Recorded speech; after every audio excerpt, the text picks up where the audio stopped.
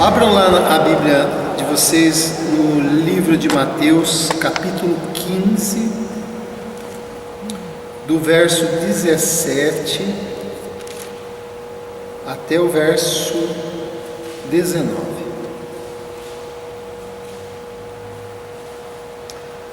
Vou pegar aqui o final da fala de Jesus ensinando, por meio de parábola. Então ele diz o seguinte aqui: não compreendeis que tudo que entra pela boca desce para o ventre e depois é lançado em lugar escuso? Mas o que sai da boca vem do coração, e é isso que contamina o homem, porque do coração procedem maus desígnios, homicídios, adultérios, prostituição, furtos, falsos testemunhos, blasfêmias. Essas duas últimas palavras, falsos testemunhos e blasfêmias, estão entrelaçadas, com relação também ao que eu queria compartilhar, que se chama difamação. Vou falar um pouquinho sobre isso, porque a gente sabe bem, tem pelo menos uma consciência do prejuízo que é, ser difamado ou difamar alguém, as consequências sérias, que saem com relação a isso, que traz sobre qualquer pessoa. A definição de difamação é toda a alegação ou imputação de um fato que atente contra a honra, contra a fama de uma pessoa, seja por palavras, seja escrito, é o registro disso, atacando, a honra e a reputação da pessoa. É uma obra do engano, Isso é uma obra que não é uma obra de Deus, não é algo que Deus aprova nem procede do coração dele. Jesus está dizendo que é do coração do homem, da natureza humana pervertida, caída, e da natureza humana sem a transformação de Deus é que procedem essas coisas. Dentre tudo que ele falou, maus desígnios, homicídios, adultérios, prostituição, furtos, tal falso testemunho, blasfêmias e a difamação. Então é uma obra do engano, nasce num coração maldoso, um coração que se abriu para aquilo que não é bom, e aí a semente do que é mal se estabeleceu ali. Ele é gerado pelo ócio, pelo ócio no seguinte sentido: tem mais coisa para ser feito, tem tanta coisa boa para se fazer, e a pessoa se dedica nas horas vagas um grande tempo para pensar o que fazer para prejudicar o outro, então a gente diria assim: vai fazer alguma coisa útil, nesse sentido. E nasce como consequência do ódio, o ódio, a raiva, a ira plantada no coração fortalece isso e traz o desejo e a possibilidade da pessoa usar o instrumento que é a boca e o raciocínio que Deus deu para poder fazer o mal para alguém, difamar alguém, E é claro que isso acaba se transformando num hábito. Se transforma num hábito porque isso casa com a nossa natureza, casa com a obra da carne, casa o que é próprio do nosso ser caído, fazer e ter prazer em fazer. Então, é claro, se a nossa natureza já é assim, pervertida, e a gente tem prazer nisso, e casa com aquilo que a gente é, isso não demora muito para se transformar num hábito. Só que também revela o caráter da pessoa, porque com relação ao nosso caráter, na formação do nosso caráter, há um esforço contra a nossa natureza, A formação de um bom caráter envolve um esforço e envolve uma ação contra aquilo que nós somos.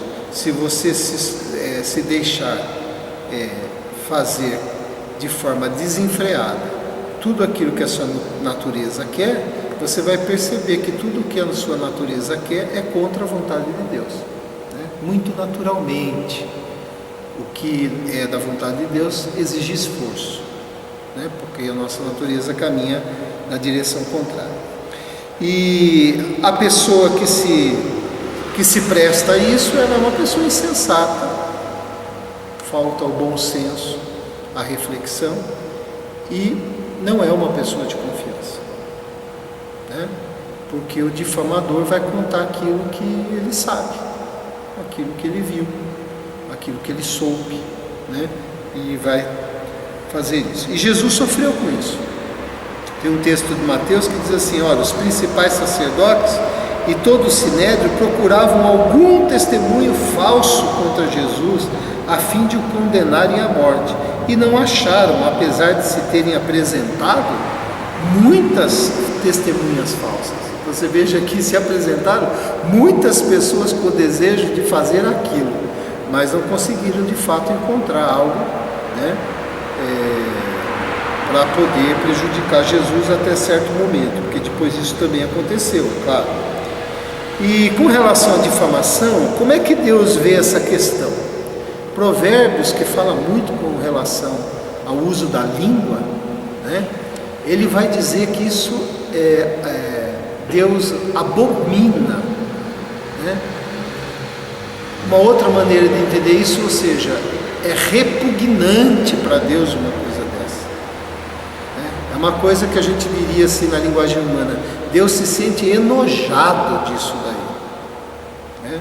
Deus não, de forma nenhuma, diz aqui: 6 coisas o Senhor aborrece, a 7ª sua alma abomina: olhos altivos, língua mentirosa, e aí vai. Daí diz: testemunha falsa, que profere mentiras, e o que semeia contendas entre os irmãos, que não necessariamente sejam irmãos de sangue, que não necessariamente sejam irmãos na fé, mas próximo, porque há um sentido em que o nosso próximo, nós para com o nosso próximo e o próximo para conosco, de que nós somos irmãos. Nós somos irmãos porque procedemos do Deus Criador, Deus Pai Criador, todos nós. Então, nesse sentido, nós somos irmãos, né? Cada ser humano é irmão um do outro, né? E é proibido, né? Porque Tiago vai dizer: irmãos, não faleis mal uns dos outros. Aquele que fala mal do irmão ou julga seu irmão, fala mal da lei e julga a lei. Ora, se julgas a lei, não é observador da lei, mas juiz, e juiz há um só, que é Deus.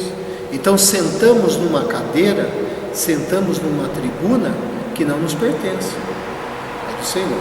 Mas aqui há a proibição: irmãos, não faleis, né, que vem com o ensino de Jesus, que já tinha dito que que nós não podemos julgar, né, uns aos outros, e seremos julgados segundo a medida que nós usamos para cada um, né? Então, como é que Deus vê essa questão? Deus proíbe isso.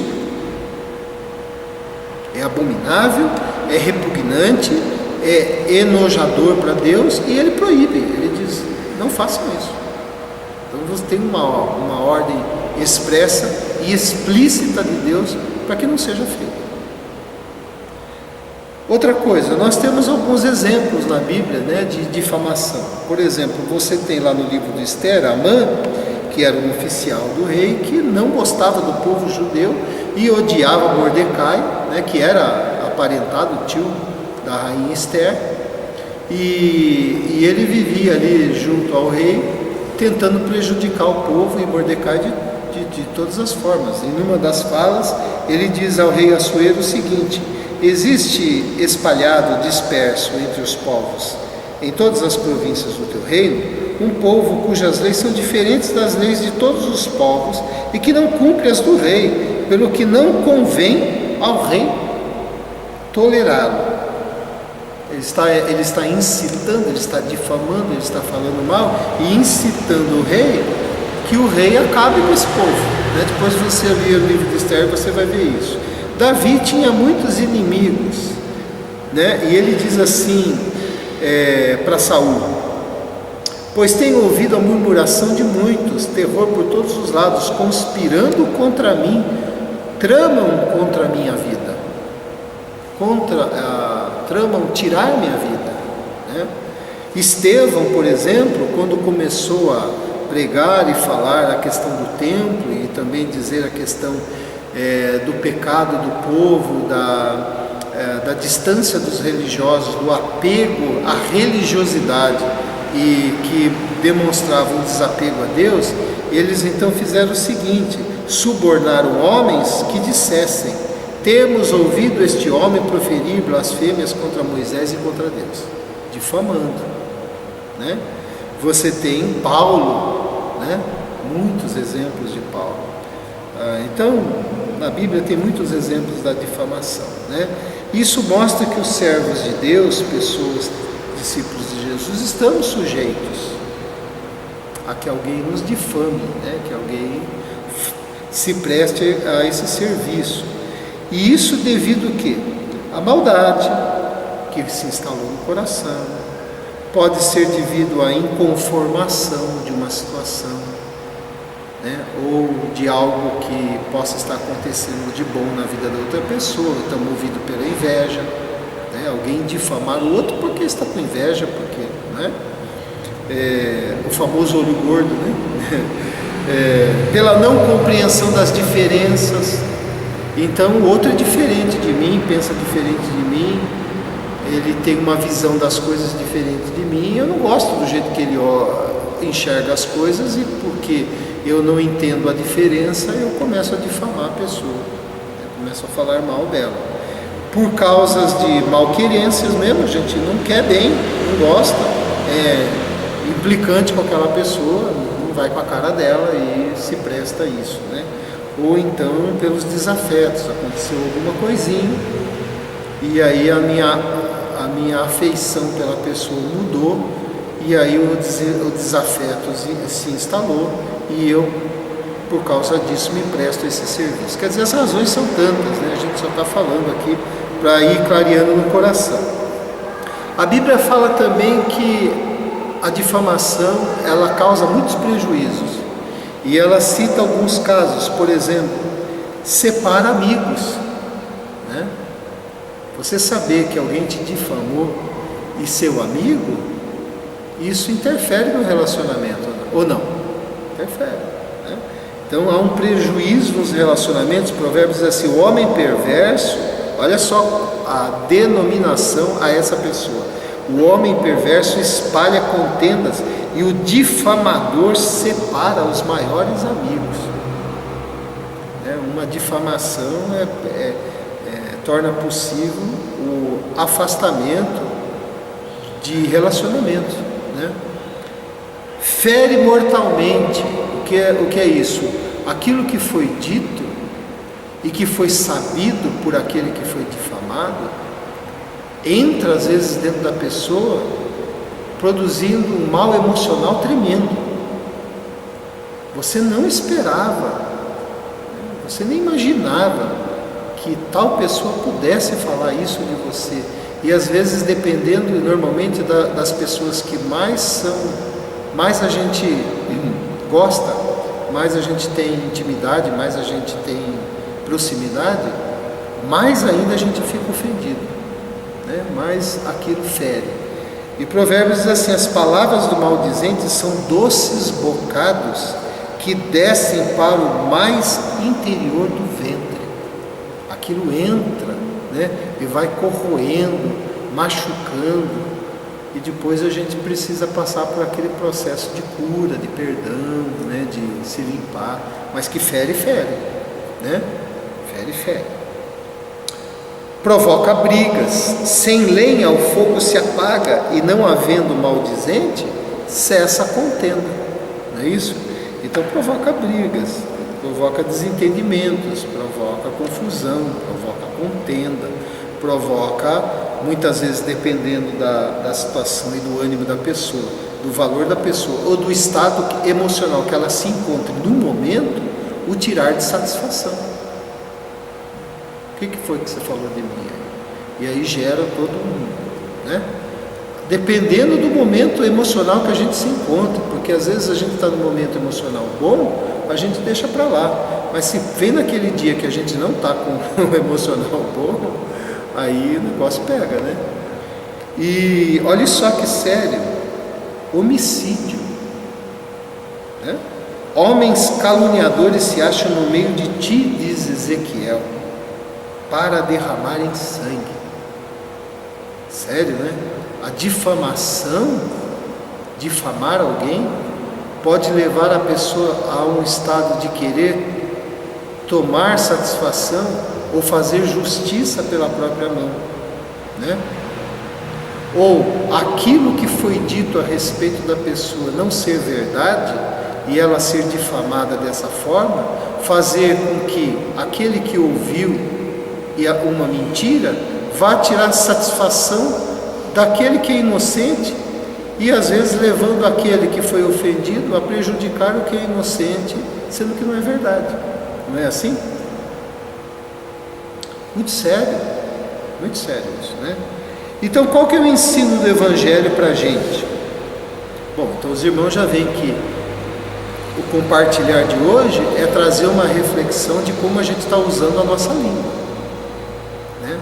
Do que é que como é que nós estamos falando e nos referindo às outras pessoas. Como é que a gente está tratando a fama e a honra de outra pessoa, né? Muito sério. O Evangelho diz assim, que nós devemos guardar a nossa língua da difamação. Pedro vai dizer assim, pois quem quer amar a vida, você quer amar a vida? Viver de bem com a vida? Quem quiser amar a vida e viver dias felizes, olha o que ele diz, refreia a língua do mal. O refrear a língua o não refrear a língua, ou a língua solta dessa forma, traz tristeza para os nossos dias e faz com que a gente fique muito mal na vida e com a vida. Mas se a gente quer viver dias felizes, amar a vida e viver dias felizes, refreia a língua do mal e evite que seus lábios falem dolosamente, né? Outro ensino do Evangelho é que se a gente estiver habituado a isso, se a gente a gente olhando para a gente se pegar com essa pulsão constantemente, isso tem que ser abandonado imediatamente, porque Efésios diz assim, longe de vós, né? Longe de vós toda amargura, cólera, ira, gritaria, blasfêmia, né? Que também é um dos sinônimos, e bem assim toda malícia. Ele diz, longe de vós, longe de vocês que pertencem a Cristo, esse negócio. A gente deve não dar ouvidos a difamações. Disse Davi a Saul, por que das tu ouvidos às palavras dos homens que dizem, Davi procura fazer-te mal? E Saul ouvia, né? Pessoas chegavam e falavam assim, Davi está atrás de você, Davi quer o teu mal, Davi quer o teu lugar. E a gente vê pela palavra que Davi respeitava a posição de Saul e o via como ungido do Senhor, e diz, longe de mim tocar no ungido do Senhor, né? Mas as pessoas diziam para o rei que era o contrário, e ele dava ouvidos, né? Então a gente não deve dar ouvidos, né? Ainda que a gente ouça, aquilo não deve descer ao nosso coração. A gente tem que ter um processo de tratar isso dentro da gente para que isso não se instale na gente, né? E se a gente sofrer a difamação, aí é o que é difícil, né? Estudando isso daí, é uma coisa difícil, mas é o ensino do Evangelho. Não é porque é difícil o que Deus pede, é que a gente não deva exercitar. Não é porque é difícil que a gente diga, é muito difícil, então deixa de lado. Não. Não deixa de ser vontade de Deus, ainda que seja difícil para a gente, né? É a vontade de Deus que a gente pague com o bem. É difícil ou não é?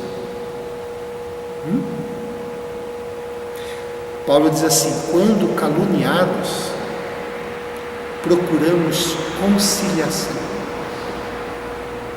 É difícil você ouvir algo que não é verdade, que você não fez, que você não disse.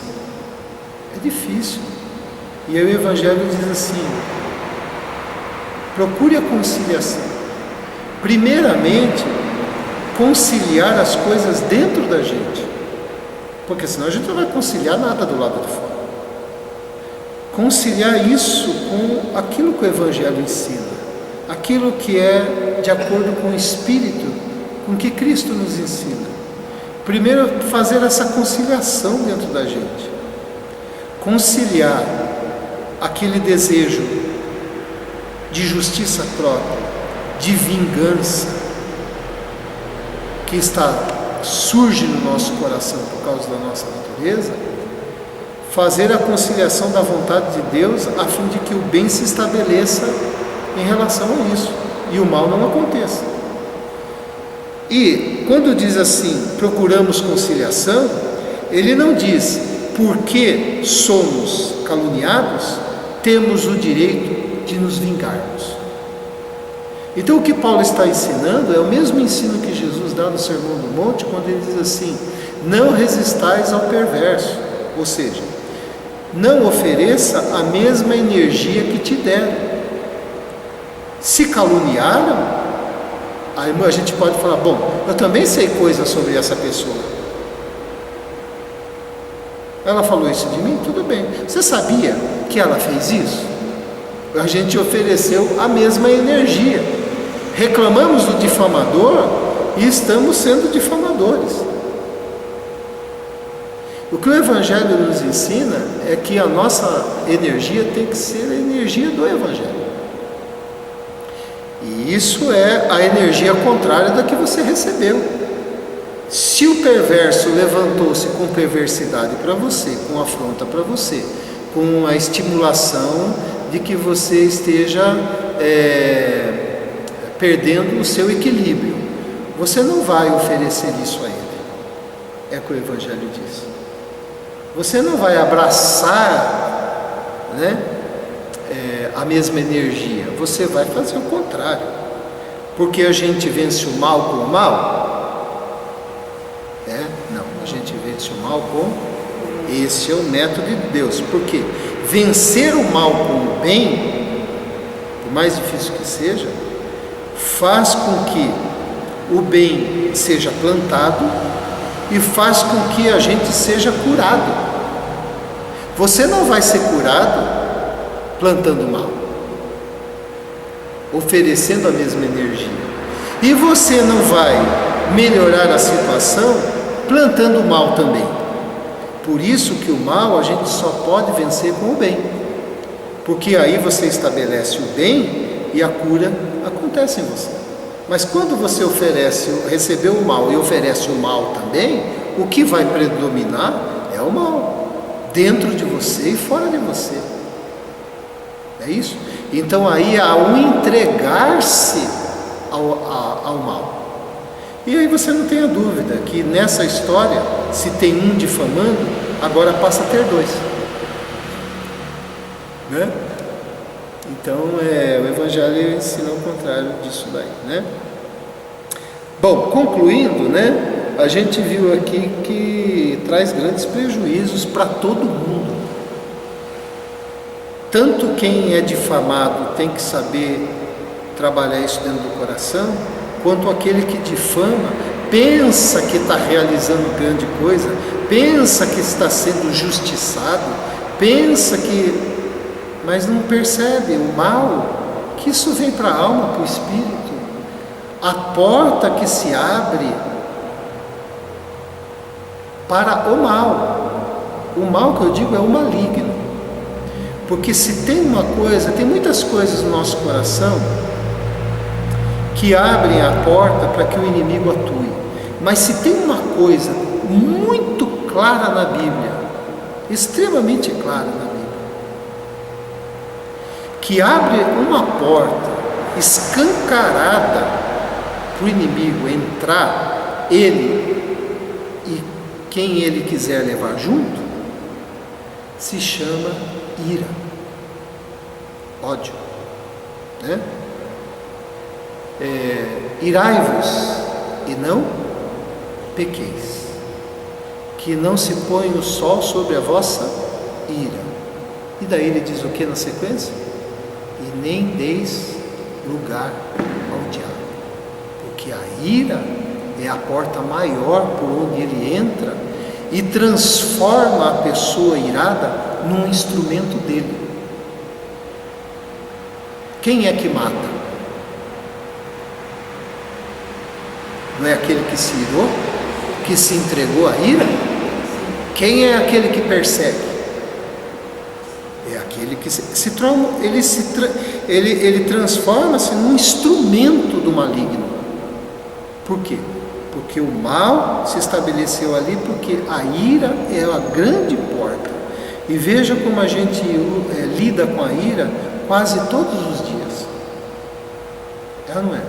Quase todos os dias, ambiente de trabalho, ambiente familiar, relacionamentos, a ira, a gente tem que trabalhar a mansidão no coração, é ou não é? Porque a ira brota, e aí esse é o grande perigo. Então é assim, a gente acaba tendo, eu gosto de usar essa palavra, a energia ruim. A gente manifesta essa energia ruim e não oferecemos a Deus, porque Deus não recebe isso. Então nós ofertamos isso ao inimigo. O inimigo pega isso e multiplica isso e fermenta isso, dando uma proporção muito maior e devolve dentro do coração da pessoa. Esse é o processo da maldade. Primeiro, há um ofertar mal da maldade, e o maligno pega aquilo e multiplica e aumenta e devolve no coração da pessoa. Por isso que nem tudo é o diabo só. Brotou a ira e a maldade, a carne. Ele pega o que a carne oferece, produz fruto, aumenta aquele negócio e devolve para o coração da pessoa. Então, na verdade, é um casamento entre a carne e o maligno. Por isso que a pessoa não pode dizer, pôr a culpa no infeliz, né, no diabo, se isentando. Houve uma oferta, houve alguém que pôs a mão no trinco e abriu o portão, né? Então é uma responsabilidade da gente. Eu quero contar uma história, quero ler uma história, porque eu não guardei essa história. Eu falei, eu vou ler, porque para fechar esse negócio aqui, fechar esse assunto da difamação e uso da língua, que diz assim: um homem muito rico tinha convidado muitas pessoas para uma festa, e ele encarregou o cozinheiro-chefe de comprar os melhores alimentos. Então o cozinheiro foi ao mercado e comprou línguas, né? Não tem gente que cozinha, faz, comprou línguas, somente línguas e nada mais, e apresentou como primeiro prato, segundo prato, terceiro prato, claro, diversificou os pratos, né? Servindo somente línguas aos hóspedes, e os convivas elogiaram a composição da refeição, a ideia original, né, do cozinheiro, falaram, nossa, puxa, olha esse prato, como é que conseguiu apenas de um elemento fazer com tanta criatividade. Mas aos poucos eles começaram a ficar saturados de comer tanta língua. Aí o anfitrião, né, o dono, se irritou, mandou chamar o cozinheiro e disse, não mandei que você comprasse o que há de melhor no comércio? E ele respondeu, existe algo melhor do que a língua? Ela é vínculo da vida social, a chave para todas as ciências, órgão que proclama a verdade, proclama a razão. Graças ao poder da língua, edificam-se cidades, as pessoas se tornam letradas e cultas. Aí o anfitrião pensou e falou, é verdade, você está certo. E aí mais uma vez encarregou o cozinheiro de preparar outro banquete no dia seguinte, e ele falou o seguinte, agora você compra o pior que houver no mercado, o pior que houver na feira. E ele comprou línguas. Preparou das mais variadas maneiras para o banquete. E já os convidados eram os mesmos, né? Porque foram convidados para o segundo do banquete. Aí eles enjoaram rapidinho do cardápio. O anfitrião ficou louco da vida, se sentiu ridículo diante dos convidados, envergonhado, e gritou para o chefe de cozinha: eu não mandei que você preparasse o que há de mais ruim? O que você está pensando? Por que serviu línguas outra vez? E ele respondeu: a língua também não é o pior que há no mundo? A mãe de todas as contendas e todas as discórdias, a fonte de todos os processos judiciais, das diferenças de opinião e o instrumento que incita a guerra, a destruição. Ela é o órgão que propaga enganos e difamações, pessoas são levadas ao mal, cidades são destruídas e vidas são aniquiladas pelo poder da língua. Então, só uma ilustração para a gente encerrar, né? Para calar bem forte como é que a gente está usando a nossa boca, o nosso falar, os nossos comentários, as nossas conversinhas, os nossos segredinhos, né? Então, como é que a gente está usando isso? Como é que esse instrumento da língua, que pode ser usado para o bem, está sendo usado quando o nosso coração está magoado, quando o nosso coração está chateado? Como é que a gente usa isso? Se transforma em instrumento de quê? Né? Então é muito sério, não é? Tão sério que a gente vai orar agora e pedir a ajuda de Deus, porque todos nós aqui, eu falando e vocês ouvindo, temos a compreensão de que o Senhor tem nojo disso, quando a língua é mal usada. Vamos orar. Pai querido, obrigado pela Tua palavra, que muitas vezes vem, Senhor Deus, para dar um chacoalhão na gente, mas louvado seja o Teu nome, porque é tão necessário na nossa vida. Como é fácil falar, como é fácil falar do outro, como é fácil falar buscando, puxando a razão para o nosso lado, como é fácil usar algo que sabemos da pessoa, distorcendo para colocá-la numa situação ruim, para que a nossa situação melhore. Ó Deus, que a Tua graça, a Tua misericórdia e Teu Santo Espírito visite a nossa mente, para que a gente reflita antes de falar.